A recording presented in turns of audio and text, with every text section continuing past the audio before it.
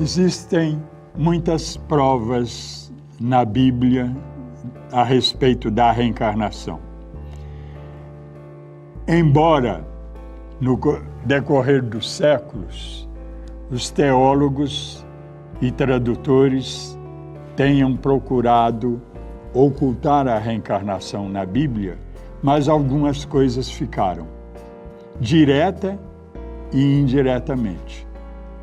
E nós temos, por exemplo, a transfiguração, em que Jesus conversa com Elias e Moisés, que viveram aqui na Terra muitos séculos antes.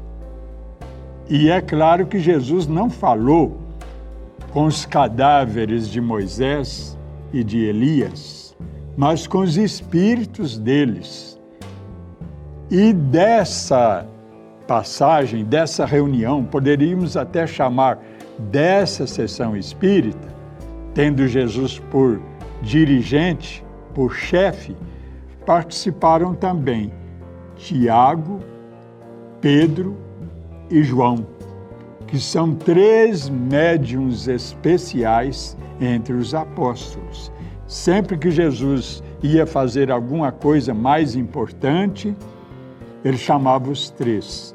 E na transfiguração no Monte Tabor, então, Jesus conversa com Moisés e Elias e os apóstolos, os 3, estavam assistindo a essa conversa, a esse diálogo entre Jesus, Moisés e Elias, a ponto de, inclusive, São Pedro falar para Jesus: Mestre, se quiseres, vamos construir para vós uma tenda, uma outra para Elias e uma outra para Moisés. Porque era muito comum eles viverem em tendas. Os beduínos que existem até hoje lá na região, principalmente no deserto do Saara, eles vivem em tendas e vão mudando de lugar e levando as tendas. Mas eu sei que alguém vai dizer: Elias, ele não morreu, mas Moisés morreu.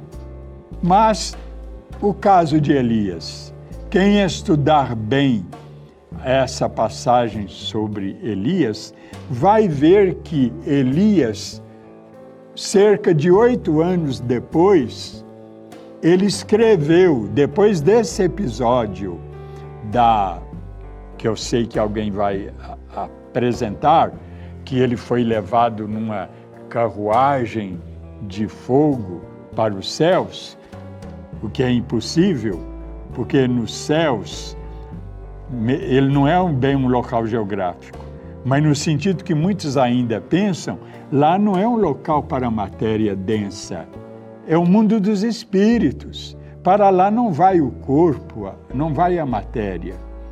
Mas então, para esses irmãos nossos que têm essa dúvida, e quero deixar claro que mais ou menos 8 anos depois que ocorreu o episódio da elevação de Moisés numa carruagem de fogo, 8 anos depois ele estava aqui na Terra e escreveu uma carta para o rei Joeirão, profetizando a morte do rei Joeirão.